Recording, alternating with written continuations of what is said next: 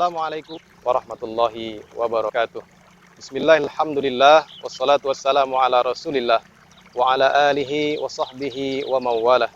Asyhadu an la ilaha illallah wahdahu la syarikalah wa asyhadu anna Muhammadan abduhu wa rasuluh sallallahu alaihi wasallam alladzi la nabiyya wa la rasula ba'dah. Amma ba'du. Kaum muslimin, saudara-saudaraku, sahabat dakwah yang dimuliakan Allah. Mari kita bersyukur kepada Allah Subhanahu wa taala dengan senantiasa mengucapkan alhamdulillahirabbil alamin. Kemudian bersalawat kita kepada junjungan kita, suri tauladan kita, Nabiullah Muhammad sallallahu alaihi wasallam. Allahumma shalli ala Muhammad wa ala alihi wa sahbihi ajmain. Para sahabat dakwah yang dimuliakan Allah, di umur dunia yang sudah semakin tua ini, kita rasakan dan kita perhatikan betapa banyak manusia yang lebih mengutamakan atau mementingkan kuantitas ketimbang kualitas hartanya. Manusia di era modern saat ini, kita perhatikan dan kita saksikan betapa banyak manusia yang lebih mengutamakan atau mementingkan jumlah hartanya, jumlah kekayaannya, jumlah mobil-mobil mewahnya, jumlah motor-motor antiknya, jumlah tanahnya, perhiasannya, dan lain sebagainya, ketimbang keberkahan harta itu sendiri. Perlu kita pahami dan perlu kita sadari, kaum muslimin yang dimuliakan Allah, bahwa sesungguhnya keberkahan harta atau harta yang berkah itu hakikatnya adalah akan membawa kita kepada kebaikan dan akan menambah kita untuk lebih taat kepada Allah Subhanahu wa taala. Karena hakikat berkah, kata ulama, adalah ziyadatul khair wat ta'ah. Bertambah kebaikan dan bertambah pula ketaatan kita kepadanya. Maka saudara-saudara sekalian yang dimuliakan Allah, kalaulah harta, kalaulah tahta, rezeki yang kita miliki saat ini, kemudian profesi, usaha, bisnis yang kita jalani saat ini, justru membuat kita lalai, membuat kita jauh dari Allah Subhanahu wa taala, bahkan membuat kita jauh dari nilai-nilai agama kita, bobrok akhlak kita, bertambah kasar kita, bahkan berdampak buruk pada seperti misalnya ketidakharmonisan keluarga, rumah tangga, cekcok dengan keluarga, cekcok dengan tetangga, dan permasalahan-permasalahan hidup yang lainnya. Maka patutlah kita introspeksi diri. Patutlah kita introspeksi diri. Barangkali saudara-saudara sekalian, kita belum bersyukur kepada Allah Subhanahu wa taala. Barangkali kita masih jauh dari kata syukur.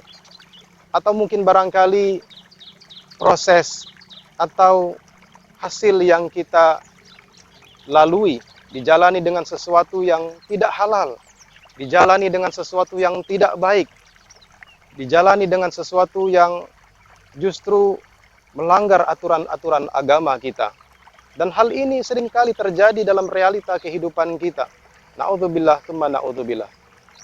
Kalau ditanya satu persatu, barangkali kita pernah mengalami, bahkan mungkin mungkin kita pernah melakukan, atau setidaknya kita pernah menjadi korban penipuan, membohongi pelanggan, mengurangi jumlah atau takaran, kemudian mengurangi kualitas janjian, tidak sesuai dengan harapan, tidak sesuai dengan apa yang disampaikan.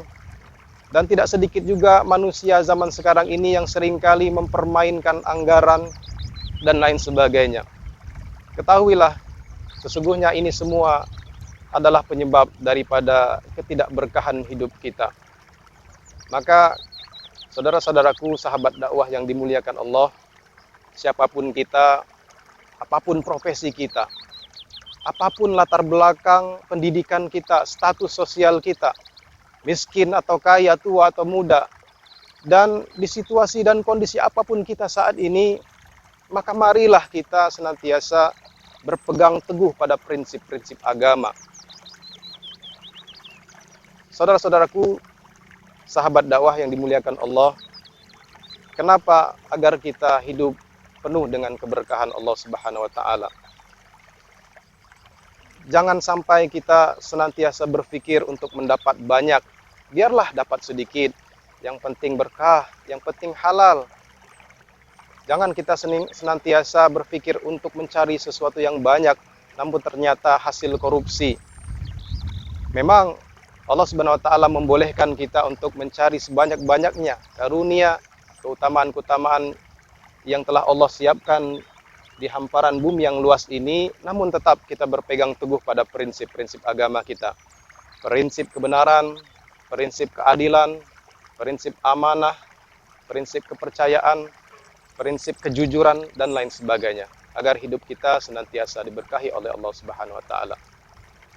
Saudara-saudaraku sahabat dakwah yang dimuliakan Allah, sebagai orang yang beriman, segala hal yang terkait dengan harta, tahta, rizki yang kita dapatkan selama ini atau saat ini, maka wajiblah kita syukuri.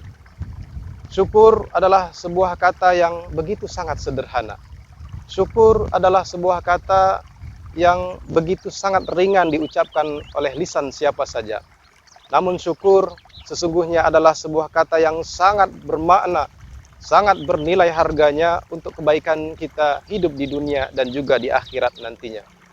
Namun saudara-saudaraku, seringkali kata syukur ini dilalaikan, diremehkan, bahkan diacuhkan oleh sebagian besar manusia. Perlu kita pahami bahwa syukur tidak hanya sekedar mengucapkan alhamdulillah secara lisan saja. Ada 3 hal, ada 3 tahapan yang mesti kita lalui dalam kita mewujudkan syukur kita kepada Allah Subhanahu wa taala. Yang pertama adalah syukur lisan, yaitu syukur secara lisan. Kita ekspresikan rasa syukur kita kepada Allah Subhanahu wa taala dan memuji Allah Subhanahu wa taala atas segala nikmat yang diberikannya. Kemudian yang kedua adalah syukrul qalbi, syukur secara hati, mengimani, meyakini, mempercayai bahwa segala nikmat adalah datangnya dari Allah Subhanahu wa taala. Wa ma bikum min ni'matin faminallah. Kemudian yang ketiga, tahapan yang ketiga adalah syukrul jawarih, yaitu syukur yang kita buktikan melalui ketaatan, yang kita buktikan melalui amal perbuatan. Dan nampaknya tahapan yang ketiga inilah yang seringkali dilalaikan, diremehkan, bahkan diabaikan, diacuhkan oleh sebagian besar manusia pada saat ini. Ketahuilah saudara-saudaraku bahwa sesungguhnya Allah Subhanahu wa taala tidak hanya memberikan kita nikmat secara cuma-cuma, namun Allah memberikan kita amanah, memberikan perintah, memberikan larangan dan juga kewajiban kepada kita yang harus kita laksanakan. Dan hal itu sebagai bentuk rasa syukur kita kepada Allah Subhanahu wa taala. Dan ketahuilah bahwa segala bentuk perintah, segala bentuk larangan dari Allah Subhanahu wa taala sesungguhnya itu semua adalah untuk kemaslahatan manusia itu sendiri. Tidak ada satupun perintah, tidak ada satupun larangan yang datangnya dari Allah Subhanahu wa taala malah membawa mudarat bagi manusia. Tidak, sama sekali tidak. Oleh karena itu, kaum muslimin, sahabat dakwah yang dimuliakan Allah, marilah kita senantiasa bersyukur atas segala nikmat yang telah diberikan oleh Allah Subhanahu wa taala. Kalaulah kita sudah bersyukur atas segala nikmat, kita sudah bersyukur atas nikmat harta, nikmat tahta, rezeki yang kita dapatkan saat ini, maka sesungguhnya kita tidak akan lagi sibuk menghitung-hitung jumlah harta kita. Karena sesungguhnya harta, tahta, dan rezeki yang kita dapatkan saat ini sesungguhnya hanya sebagai wasilah, hanya sebagai perantara, sebagai jembatan atau sarana untuk kita beribadah kepada Allah Subhanahu wa taala. Karena hakikat penciptaan manusia di muka bumi ini adalah untuk beribadah, menyembah Allah Subhanahu wa taala. Wa ma khalaqtul jinna wal insa illa liya'budun. Dan aku tidaklah menciptakan jin dan manusia, kata Allah, kecuali hanyalah untuk menyembahku, kata Allah. Kemudian yang terakhir, sebagai wujud rasa syukur kita atas nikmat harta, nikmat tahta, rezeki yang kita dapatkan saat ini, syukur yang kita ekspresikan, kita buktikan kepada Allah Subhanahu wa taala adalah dengan bersedekah, adalah dengan bermurah hati untuk saling berbagi. Apalagi pada saat situasi dan kondisi sulit saat ini, betapa besar manfaat ketika kita bermurah hati untuk saling berbagi kepada sesama. Jangan pernah kita berpikir bahwa dengan berbagi, dengan kita menyisihkan sebagian harta kita kepada orang lain, justru harta kita akan berkurang. Tidak, sama sekali tidak. Memang, zohirnya harta itu berkurang. Tapi hakikatnya, tatkala kita memberi, hakikatnya adalah kita menerima. Tatkala kita memberi berlandaskan ikhlas lillahi ta'ala, ketulusan dan mencari ridha Allah Subhanahu wa taala, hakikatnya adalah kita menerima pahala dan juga keutamaan yang berlipat ganda dari Allah Subhanahu wa taala untuk bekal kita di akhirat nantinya. Dan juga dengan bermurah hati untuk saling berbagi kepada sesama, terutama di saat yang sulit saat ini, kita juga akan menerima penilaian-penilaian yang baik dari orang-orang yang di sekitar kita. Meskipun kita tetap harus berniat lillahi ta'ala dan tidak boleh kita berniat untuk mencari penilaian atau pujian dari manusia. Tetap kita harus berniat untuk lillahi ta'ala, ikhlas kepada Allah Subhanahu wa taala. Kemudian di antara keutamaan kita bermurah hati untuk saling berbagi adalah kita menambah keberkahan harta itu sendiri dan juga menjadi wasilah untuk mendekatkan diri kita kepada Allah Subhanahu wa taala. Dan yang tak kalah pentingnya, dengan kita bermurah hati untuk saling berbagi, kita akan mengikis rasa atau sifat kikir dan bakhil yang ada dalam jiwa kita. Karena setiap kita pasti memiliki atau berpotensi memiliki sifat kikir dan bakhil.